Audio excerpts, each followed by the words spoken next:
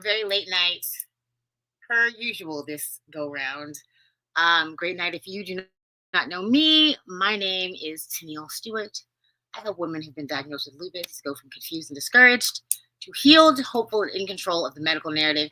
And today is May 8th, the 8th day of Lupus Awareness Month. And I got a lot to say. Um, Today's topic is near and dear to my heart, and I really need y'all to hear this. I really need you to just try to understand this. That today we're talking about managing lupus and mental health. Let me stop clicking this before I get on somebody's nerves. Managing lupus and mental health. So, yesterday I was talking about the financial burden of a chronic illness or lupus. So, I don't know if I said, but I wanted to say on the low end, out of pocket, it can be per year $13,000 just for maintaining lupus. So that's not anything else in your life, any kind of little fancy things you would do for yourself, like a trip you want to take, like family gatherings, a cute dress, just $13,000 to keep yourself alive and happy. Yeah. Then on the higher end, $68,000. Do you think, by any chance, that there's some kind of a mental toll that goes with that stress, of that financial burden, of feeling like a burden in general, from having a chronic illness that you did not ask for? There is 100% a mental toll that it takes on your body. And for some reason, people forget about that part. People think that it's all body, but don't you realize that your head, your brain, your mind is part of your body? What you think, thoughts become things, yeah? So if you're thinking painful thoughts, if you're thinking embarrassing thoughts, if you're thinking discouraging thoughts, your body will respond accordingly. I was laying flat on my back in this hospital, and the only thing that could get through to me was my mother and a family friend's voice praying down the house. And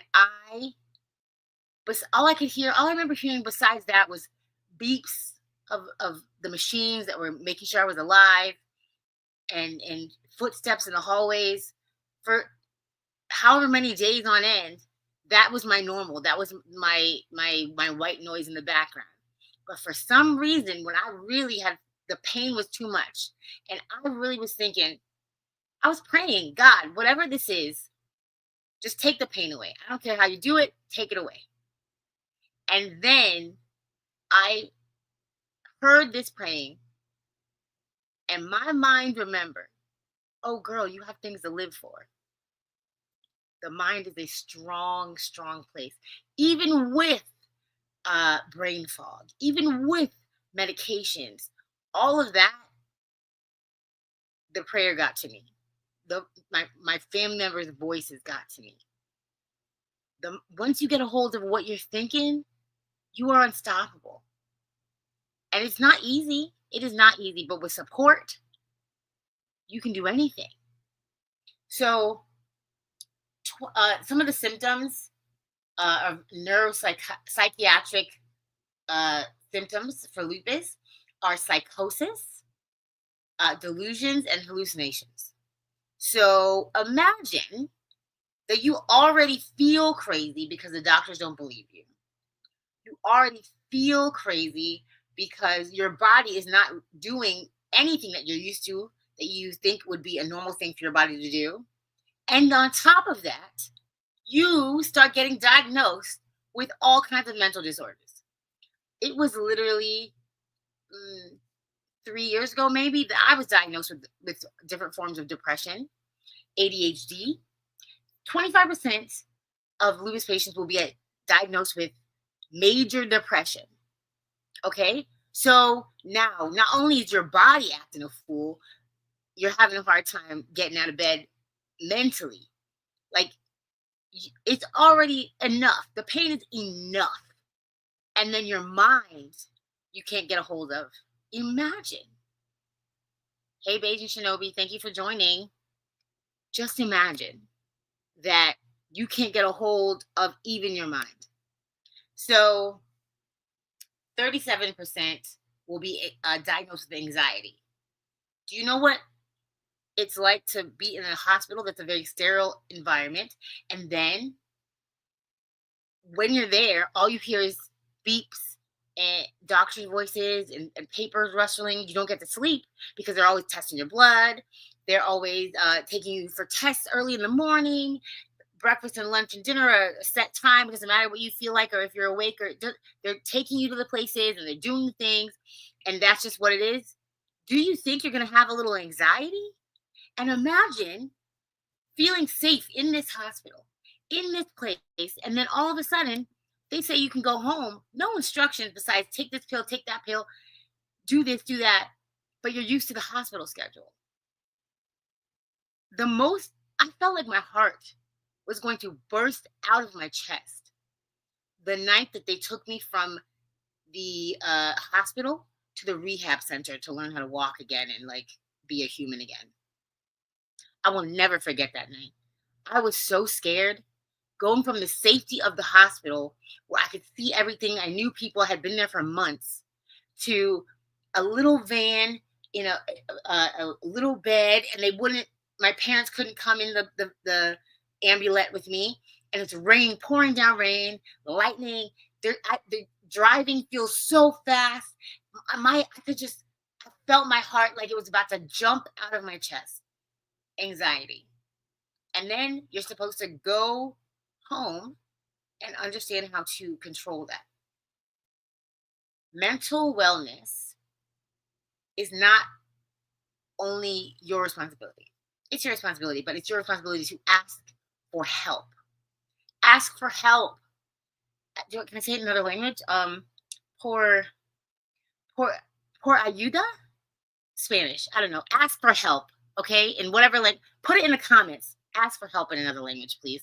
I can't think of any other language. Ask for help. It's not easy. And it's definitely not easy alone. All the little things that you do to maintain your mental health when your physical health is falling all the way apart are so important. And this is something that's so near and dear to my heart because it's been the fight of my life. Like, I feel it when I think about it. I get goosebumps about like I felt like I was gonna die on top of actually almost dying from this being scared and stressed and not knowing what's gonna happen. And then you go home and nobody's there unless you seek someone out, but no one tells you that. They assign you a rheumatologist, a hematologist, all the ologists, every ologist you can think of, and then nobody for your mind. That's not fair. And if you have to do it at cost, it's extra not fair. I need you, if you are loopy or you know a loopy, send them this podcast and let them know. Sign up for a support group. Get on a call with me. Read, other people's experiences that you can learn from. This is not you alone. You have community and opportunity right in front of your eyes. If you're listening, right in your ears. Do not try this by yourself. I've seen some terrible things happen to some great people because they did not reach out for help. Your mental health is so important. It goes right along with your physical health.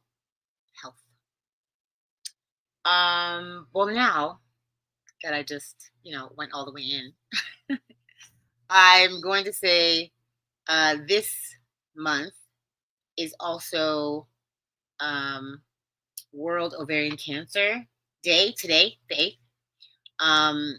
On Monday is Women's Checkup Day. So go and get your checkups, ladies. Stop playing with your health. I've done it so many times because PTSD from doctor's appointments and things. Just do it. Just do it. It's better to know than not to know. It's better to argue with the doctor than to find out something terrible later because you didn't go. It is World Red Cross Day. It is National Children's Mental Health Day, um, Health Awareness Day. It's National Student Nurses Day, which is really cool because it was just Nurses Week, Nurses Day. It's one of the things about the nurses. But we appreciate all of you. Nurses, you do things that I don't think I could ever. And I appreciate you all the way. Listen, as much as I just, got super passionate about this, if you need help, there are resources. There are people that can put you in the right direction. Hit me up. I will never miss an opportunity to guide someone in the right direction. If it's me, if it's someone else, take care of your mind. Get some positive thoughts. Get those affirmations. If you need to see ideas of affirmations, TikTok every night, 788 days, 89 days so far that I've done affirmations on TikTok for 1 minute every night. Do your own challenge every night. Tell yourself something nice. Like, I just know that if I was aware of all the help that was out there, or if this podcast existed when it was me in the bed, I would have listened every day. I would have sent it to my friends that were also struggling. You don't have to do this alone. Happy May 8th, the 8th day of Lupus Awareness Month, and stay happily healed. I love you so much. I love you so much. Does it look like a heart? It is a heart. See you tomorrow. Stay happily healed.